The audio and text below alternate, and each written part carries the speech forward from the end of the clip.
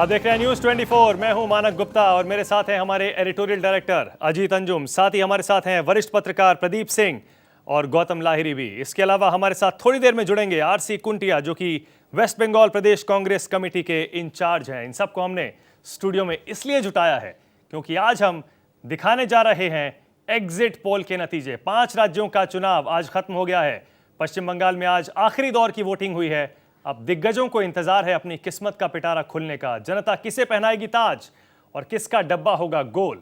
Today's Chanakya और news 24 के exit poll नतीजों में आज हम करेंगे इसका खुलासा। बंगाल में ढह जाएगा लाल किला, ममता पर बरसेगी वोटों की ममता।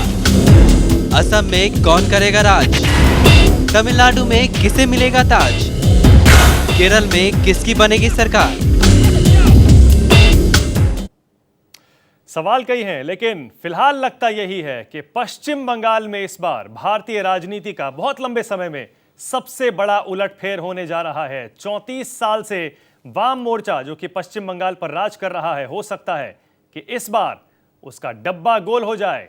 लेफ्ट फ्रंट का हो सकता है पत्ता साफ। टुडेज चाणक्य और न्यूज 24 का एग्जिट पोल कह रहा है ममता बनर्जी बन सकती हैं पश्चिम बंगाल की मुख्यमंत्री। यानी 34 साल से जो राज चला आ रहा है वाम मोर्चा का, उसका अंत इस एग्जिट पोल के मुताबिक अब करीब लगता है। और ममता बनर्जी जो कि 1 दशक से भी ज्यादा समय से पश्चिम बंगाल की मुख्यमंत्री की कुर्सी हथियाने पर उसकी कोशिश कर रही हैं, अब ऐसा लगता है कि आखिरकार उन्हें कामयाबी मिलने जा रही है। न्यूज 24 और टुडेज चाणक्य का एग्जिट पोल ये साफ साफ कहता है कि 34 साल का राज वाम मोर्चे का खत्म होगा और ममता बनर्जी बनेंगी पश्चिम बंगाल की नई मुख्यमंत्री।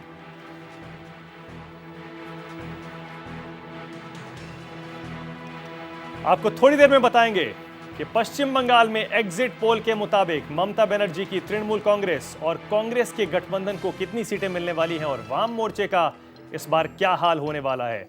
अजीत, पश्चिम बंगाल, तमिलनाडु, असम, पुदुचेरी और केरला, लेकिन सबसे बड़ी स्टोरी इस बार हमारे एग्जिट पोल के हिसाब से पश्चिम बंगाल ही रहने वाली। सबसे बड़ी स्टोरी पश्चिम बंगाल इसलिए है क्योंकि पश्चिम बंगाल में 34 साल बाद, जो आपने अभी कहा, वाम मोर्चे का किला ढहेगा। वो बंगाल जहां 22 साल तक ज्योति बसु रहे, वो बंगाल जो वाम मोर्चे का गढ़ रहा, उस बंगाल से अगर वाम मोर्चे को अपनी जगह जमीन समेटनी पड़ती है तो बहुत बड़ी बात होगी। और एक तरह से ममता बनर्जी की ताजपोशी, 20-22 सालों से ममता बनर्जी छटपटा रही थी राइटर्स बिल्डिंग में जाने के लिए। तमाम तरह के समझौते समय समय पर ममता बनर्जी ने किए। कभी एनडीए के साथ रहीं, कभी एनडीए से अलग हुई, कभी कांग्रेस के साथ आई, कभी कांग्रेस से अलग हुई, अपनी पार्टी बनाई।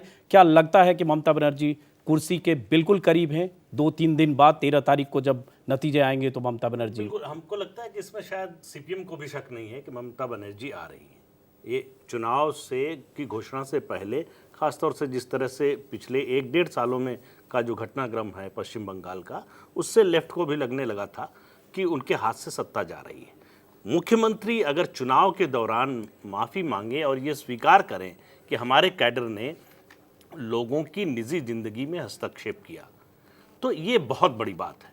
जो आरोप पिछले 25, 30, 34 साल से लग रहे थे वाम मोर्चा सरकार पर और खासतौर से सीपीएम के कैडर पर। मैं एक एक करके डेटा दर्शकों को बताता जाऊंगा। जो सर्वे हुआ है पश्चिम बंगाल में, जो अलग अलग फेज में जो मतदान हुए उसमें सर्वे हुआ है, कई तरह के सवाल पूछे गए। मतदाताओं से सवाल पूछा गया, आपकी नज़र में सबसे अच्छा मुख्यमंत्री कौन है, सबसे अच्छा चीफ मिनिस्टर कौन है। नतीजे आप सामने स्क्रीन पर देख रहे हैं। बुद्धदेव भट्टाचार्य जो 2000 से वहाँ के चीफ मिनिस्टर हैं, वामपंथी दल के नुमाइंदे हैं, उनके बारे में लोगों की राय है 29% लोग उन्हें अच्छा मुख्यमंत्री मानते हैं। लेकिन उनके मुकाबले ममता बनर्जी को, जो आपके लिए बहुत ही कहें तो चिंताजनक है, हताशा वाली है। मतलब सुपड़ा साफ किसे कहते हैं उसकी सही परिभाषा है ये। मोहम्मद सलीम जी क्या कहेंगे?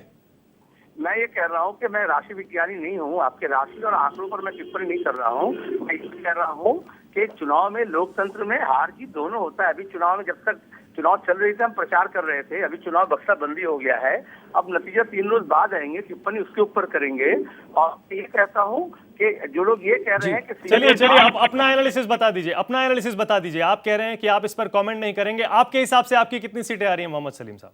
मैं फिर कह रहा हूँ, मैं तो ओपिनियन पोल एग्जिट पोल नहीं किया हूँ, मैं आपके आंकड़े को मान रहा हूँ। लेकिन मैं ये कहता हूँ कि आप लोग जो विज्ञानी बैठे हुए हैं, आपके एक्सपर्ट्स लोग, वो पिछले 10 साल से ये कह रहे हैं कि सीपीएम का पूरे देश से सफाया हो गया। जी। वो जब सोवियत रशिया और जब ईस्ट यूरोप का हुआ तब से कह रहे हैं, और बीजेपी भी कह रही, कांग्रेस भी कह रही है, बड़े बड़े एक्सपर्ट भी कह रहे हैं।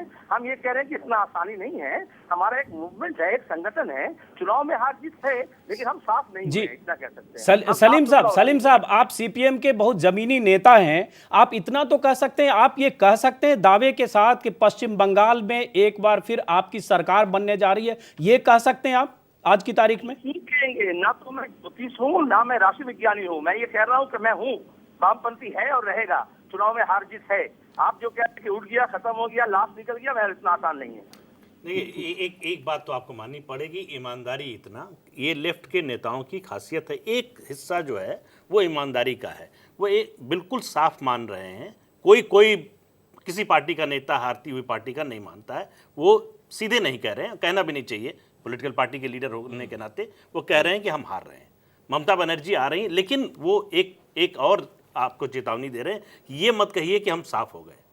सीटों से आप हमारी ताकत का अंदाजा मत लगाइए। हमारी पार्टी और एक तरह से विपक्ष की, हमारे वोट और उनके वोट में बहुत ज्यादा फर्क नहीं होगा।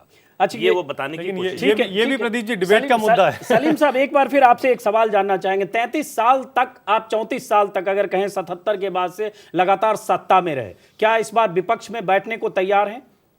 कम्युनिस्ट पार्टी शुरुआत से ही विपक्ष के पार्टी के रूप में ही उभर कर आई है।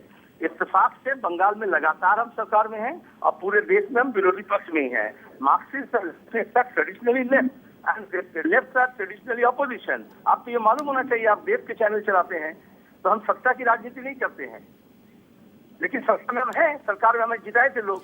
अच्छा, एक चीज ईमानदारी से सलीम साहब जानना चाहेंगे, क्या वजह रही है? आपने अपना आकलन किया होगा, मूल्यांकन किया होगा, असेसमेंट किया होगा, पोलित ब्यूरो में बहुत बार इस पर बैठकें हुई होगी, क्या वजह रही है आज अगर ये हश्र देखना पड़ रहा है पश्चिम बंगाल जैसे किले में, अगर वहां ये हालत हो रही है कि ममता बनर्जी की वापसी हो रही है और वो भी बहुत असरदार बहुमत के साथ, तो क्या लगता है आपको, क्या हुआ, आखिर चूक कहां हुई? आपको 5 रुपए खर्च करना था। लोकसभा चुनाव के बाद हमारे पार्टी आकलन करके छाप के वेबसाइट में डाल दी है और बुकलेट बना करके हिंदी और अंग्रेजी में छाप करके दी है। हम कुछ छुपाते नहीं है, सांगठनिक राजनीतिक हर पहलू के ऊपर हमने अपना आकलन छाप करके दे दिया है। आपको एक ही भवन से खरीद लेना चाहिए था 5 रुपए में। जी मोहम्मद सलीम साहब शुक्रिया बात करने के लिए, लेकिन मेहरबानी होगी अगर थोड़ी देर और हमारे साथ लाइन पर बने रहें, क्योंकि एक छोटा सा ब्रेक हमें लेना है और ब्रेक के बाद हमारे साथ आरसी कुंटिया होंगे जो कि इंचार्ज हैं वेस्ट बंगाल प्रदेश कांग्रेस कमेटी के। जानने की कोशिश करेंगे उनसे भी आपका जो असेसमेंट है और कांग्रेस का जो असेसमेंट में है उसमें कितना डिफरेंस है। फिलहाल एक छोटा सा ब्रेक ले रहे हैं। ब्रेक पर जाते जाते आपको एक बार फिर से दिखा देते हैं जल्दी से कि पश्चिम बंगाल में टुडेज चाणक्य और न्यूज 24 का सर्वे जो कह रहा है 294 में से कितनी सीटें तृणमूल कांग्रेस गठबंधन और वाम मोर्चा को मिल रही है। ये देखिए, ये है आपके सामने तस्वीर। एक छोटा सा ब्रेक, फौरन लौटते हैं, देखते रहिए न्यूज 24।